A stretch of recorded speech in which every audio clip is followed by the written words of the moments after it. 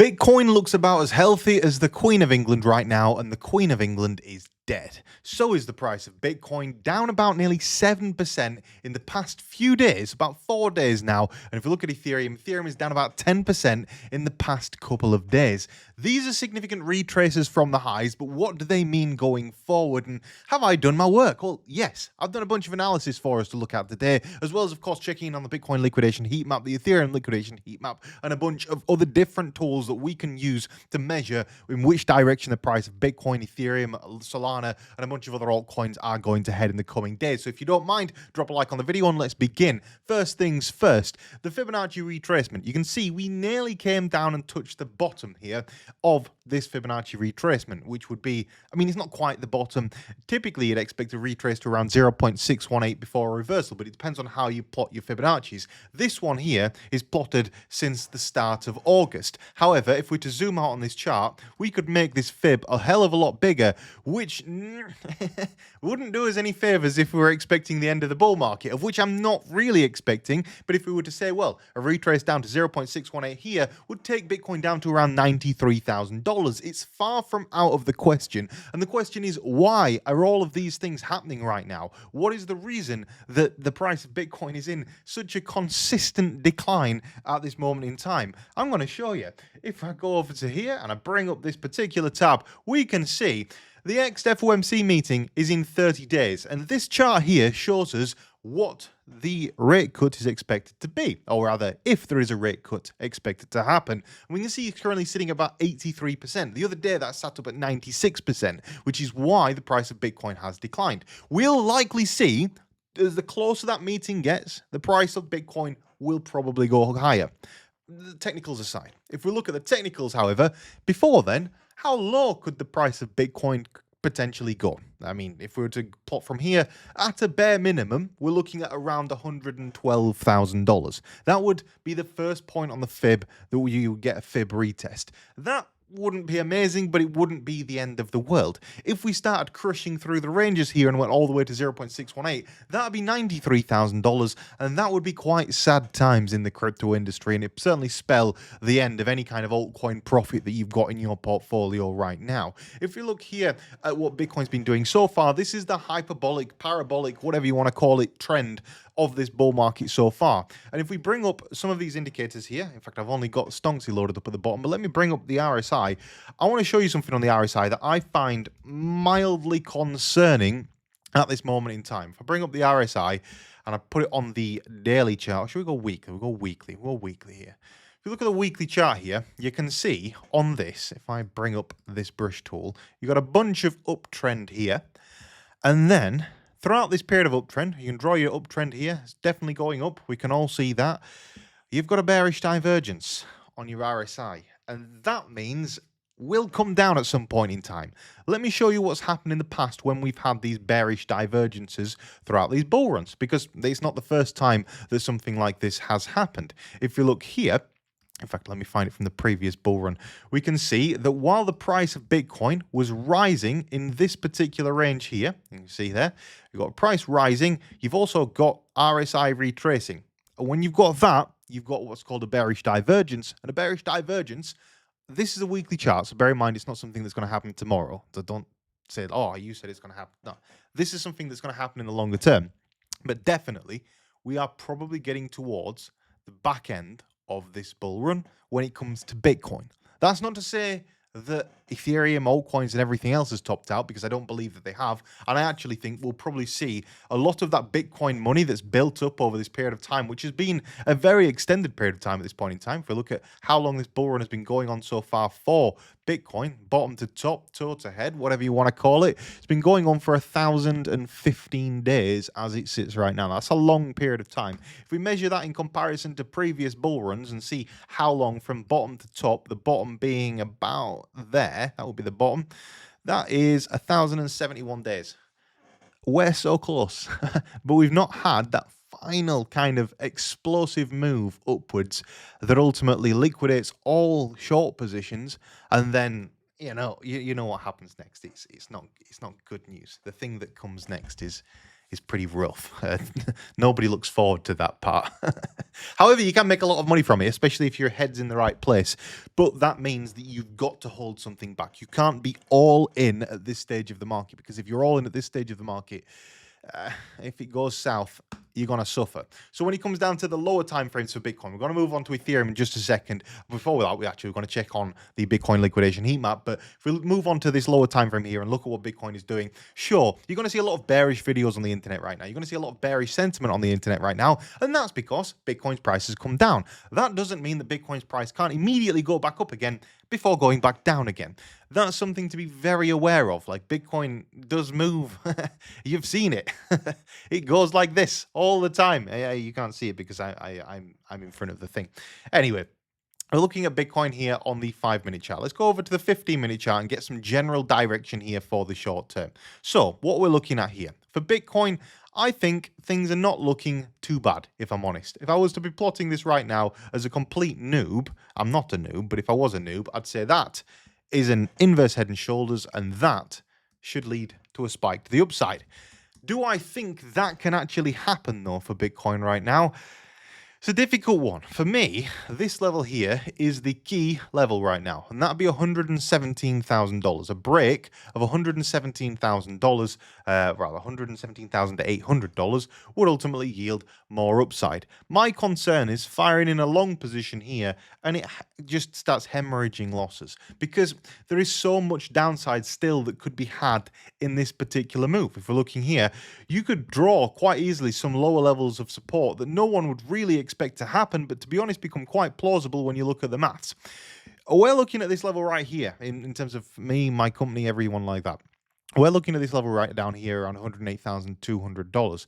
Now, I'm actually long on the markets right now. I actually am positioned in long positions for the trading challenge that we're doing. I think that Pump is doing pretty well. I'm talking specifically about Bitcoin here. That doesn't mean that my Ethereum analysis is going to be the same, because we have seen it in previous bull markets where the price of Bitcoin has kind of stagnated and gone downwards when the price of Ethereum has started rocketing to the upside. And it's something that actually we've been seeing a fair bit of recently. But I'd just be very aware on Bitcoin that we are at a very pivotal point. So maybe don't place any trades on Bitcoin right now. There are better things and more certain things out there to trade, such as Ethereum, because Ethereum has actually completed more of a retrace on its Fibonacci levels here on the 1 hour than what Bitcoin has done. It's made it down to the second level on the Fib, and it's actually had a very nice bounce back to the upside, which gives me a little bit of confidence. However, a loss of that Fibonacci level, which would be the level of 4,244, would then take us back down to the next level down here, around 4,078. And you've also got to bear in mind, throughout all of this period of time here, there is so much profit buildup in the price of Ethereum that it can have quite some selling pressure if it does start heading to the downside. So be very aware of that. Ethereum is far from out of the woods, and although it looks slightly better than what Bitcoin looks, it doesn't look great. If I was to show you the support level for Ethereum right now, that seems pretty clear to me. It's approximately the level of about 4,225. If we were to lose 4,225, which admittedly is actually quite considerably below where the price of Bitcoin currently sits, if I was to measure that, it's around 2% below, then we're going to make it down to the next level, which is 4,185. But at 4,185, we're making straight lines at that point in time. We're just going straight downwards. And I think it's important to consider the downside in these scenarios, because they can be very, very, very profitable, can the downside. I am considering whether or not I'm in the correct trades here.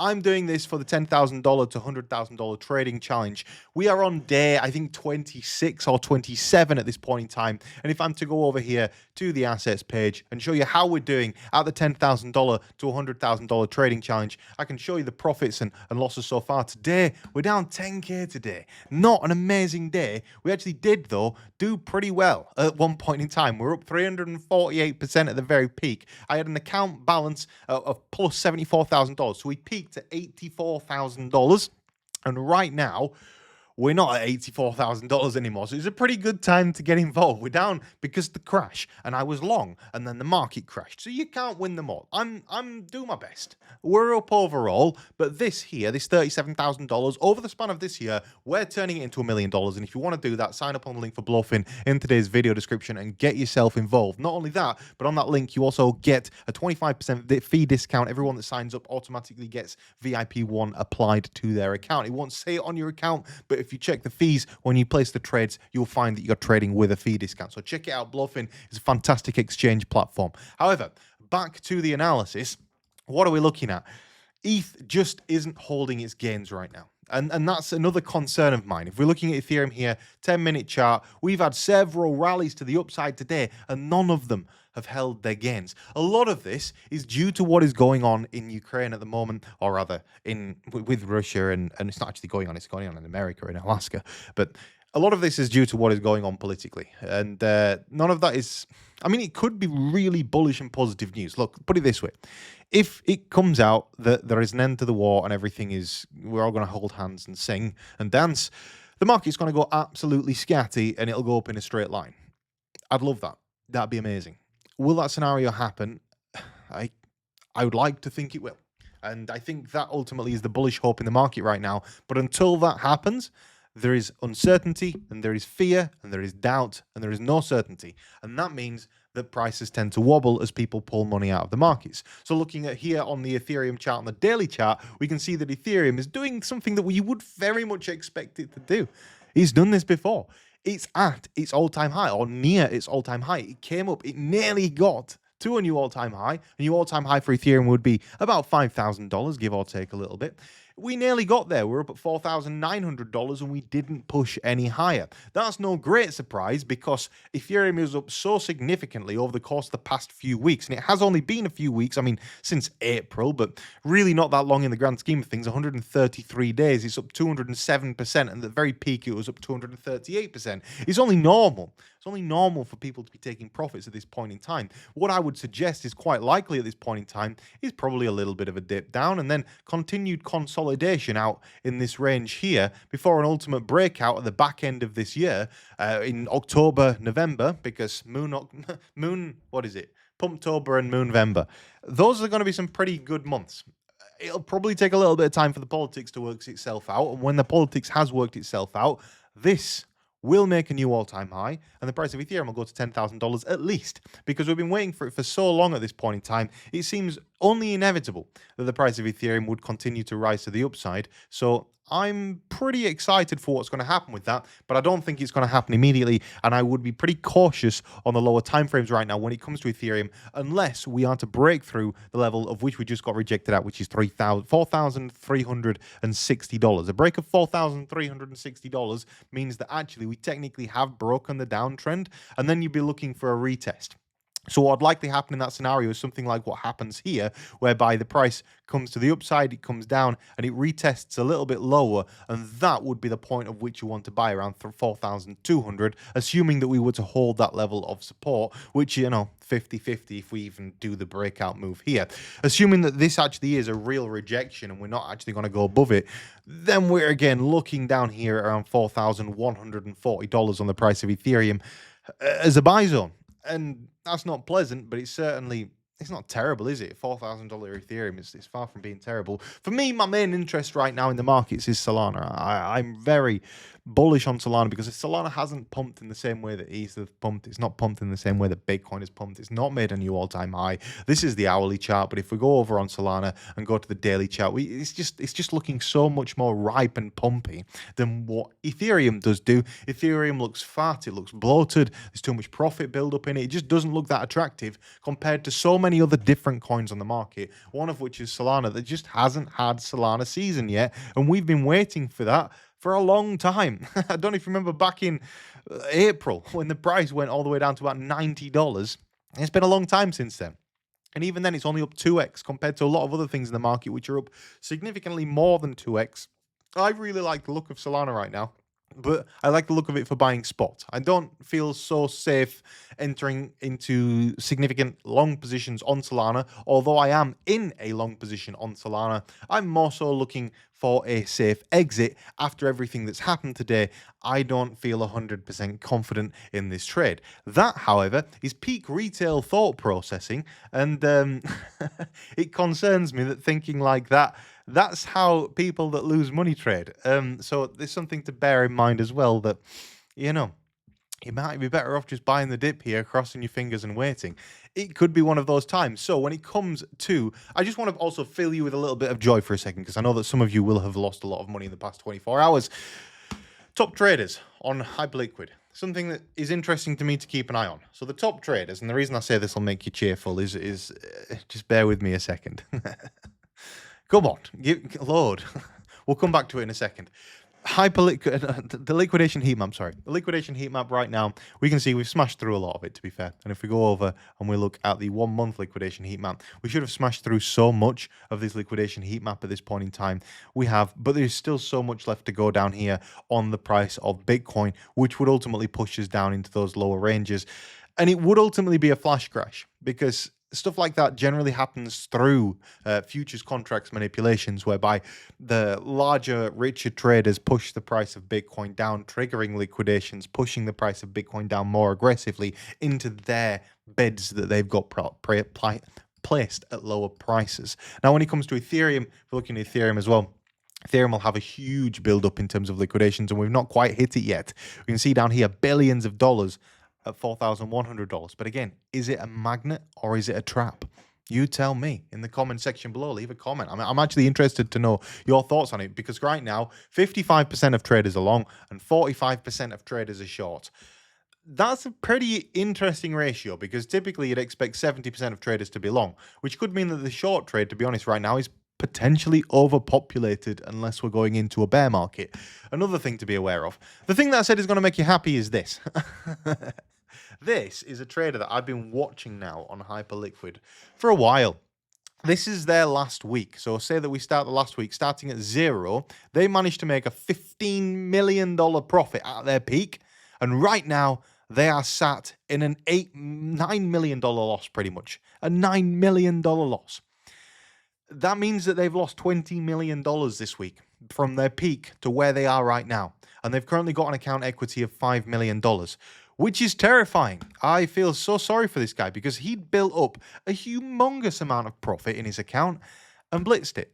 Absolutely blitzed it. You can see here, the guy starts with like basically no money at all. And this is the power of trading. You can really make so much money, but you can also lose a lot of money really quickly. This guy built it up so well, built it up to a $29 million profit at his peak, and now sits in a $5 million profit overall. So he's still in a profit, but he's managed to blitz $25 million pretty much in a week, which is horrendous. And I would encourage you, if you are in a position similar to that, take your losses sooner in future. I know it sucks to hear it in retrospect, and hindsight is 2020, but you know, I can speak.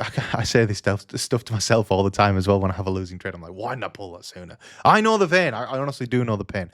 Anyway, coming back to it, final thoughts on Bitcoin and Ethereum and Solana.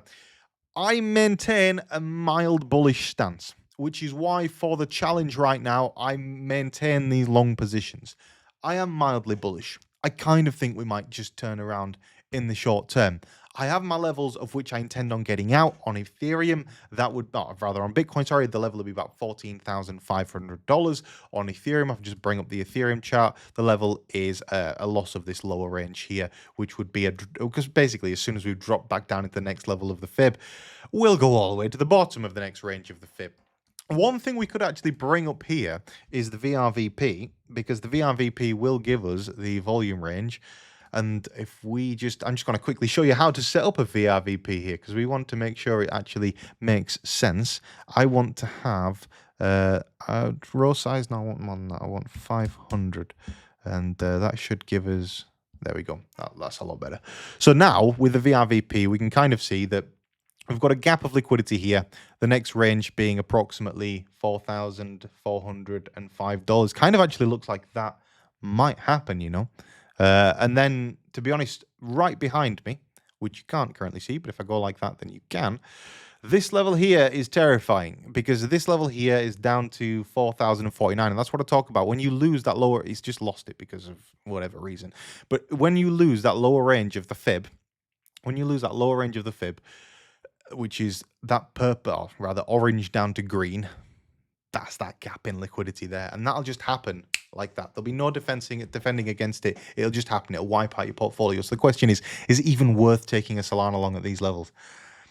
I'm in one. It's a small one. That's all I can say. But don't forget, if you're interested in trading, check out link to Bluff and you'll find it in today's video description. If you want to get involved in the trading challenge, all you need to do is sign up to Crypto Saving Expert or go to the link in today's video description for Crypto Saving Expert. Scroll down on the page down here. Go click on monthly, then go on to Community Plus. It's not £100 a month, it's £20 a month if you use code ATH80. And as soon as I place any trades, I post them in the Discord group and you can join that. It's £20 a month. But not only that, you get all of this other stuff included. You can access all of the courses on the website. It's a fantastic application. And one more thing would be, if you want help with your trades, use Stonksy. Because honestly, Stonksy has nailed this market. It has outperformed everybody. If I look here and just see how Stonksy's been doing on the 10-minute chart, I've not checked this pre-video. So 10-minute chart, it's not done an awful lot. But if we go over and have a look maybe at the 15-minute, it tends to fire trades on the 15. Yeah, there we go. So it caught the long position before, and then it's caught the short position coming down here. I imagine the 5 is going to be pretty nice in this kind of volatile market. Again, it's been doing pretty well on the 5 minutes, catching some long positions there. It's not actually caught the short position, however, but this is Ethereum. If we switch over to Bitcoin here, you can see it catches the whole drop to the downside on Bitcoin today, and it's been doing a stupendous job recently. So if you want an amazing, look at that for a trade.